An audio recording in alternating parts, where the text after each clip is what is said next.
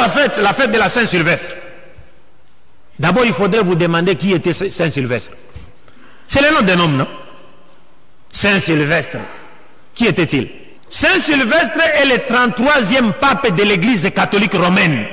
Saint-Sylvestre est le 33e pape de l'Église catholique romaine.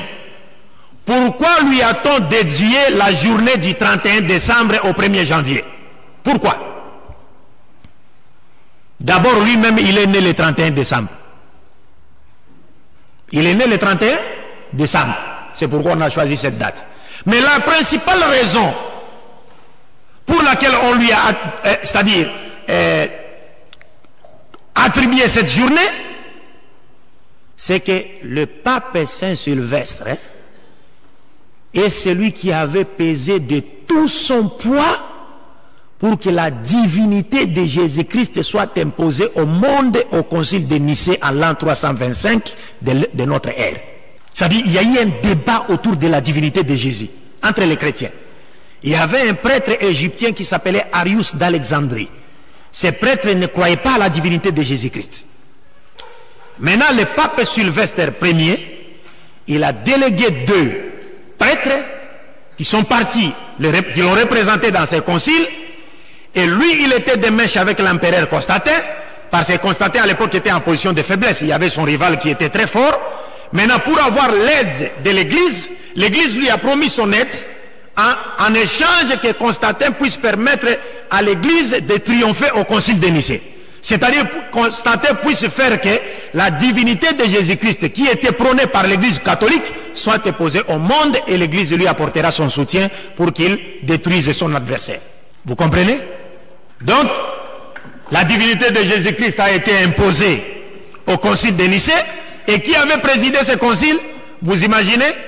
Des questions religieuses, c'est un président de la République qui vient présider les séances. Est-ce que c'est normal? C'est-à-dire, le roi lui-même est dans la salle, l'empereur Constantin est dans la salle.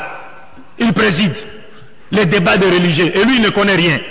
Maintenant, quand les représentants du pape affirment que non, Jésus est Dieu, l'empereur dit oui, il est Dieu.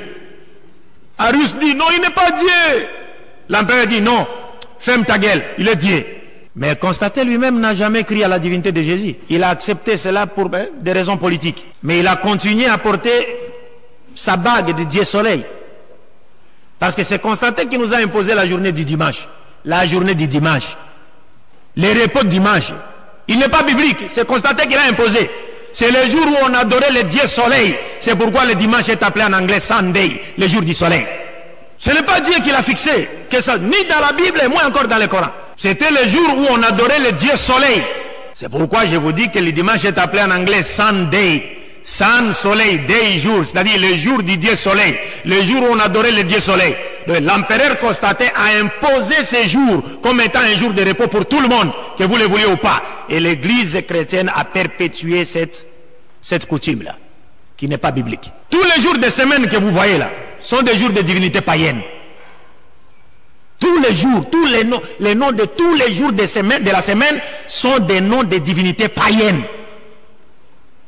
Lundi, c'est le nom de la déesse Lune. Mardi, c'est le nom du dieu de la guerre, Mars. Mercredi, c'est le nom du dieu Mercure. Jeudi, c'est le nom du grand dieu dans la mythologie gréco-romaine qu'on appelle Zeus ou Jupiter. Vendredi, c'est le nom de la déesse Vénus. Samedi, c'est le nom du dieu Saturne. Et le dimanche, Dominos, c'est le jour du dieu Soleil. Il n'y a pas un seul nom qui est venu de Dieu. Ce sont des shirks qu'on impose au monde. Alors, bref. Donc, quiconque célèbre ou participe à la fête de la Saint-Sylvestre veut en réalité dire que lui est d'accord avec Saint-Sylvestre pour dire que Jésus-Christ est Dieu.